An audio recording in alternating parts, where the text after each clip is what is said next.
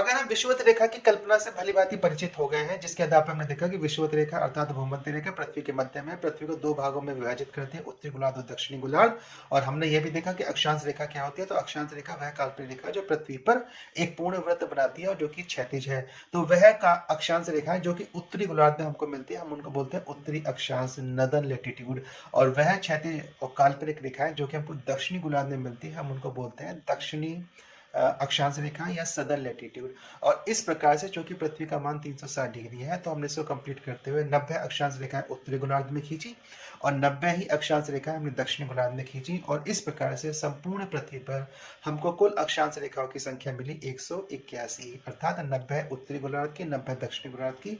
और मैंने आपको पहले लेक्चर में कहा था विषुवत रेखा का मान 0 डिग्री है, लेकिन उसकी संख्या अपने आप में एक है। तो 90 +1 और +90, इस प्रकार से कुल अक्षांश रेखाओं की संख्या हो गई 181।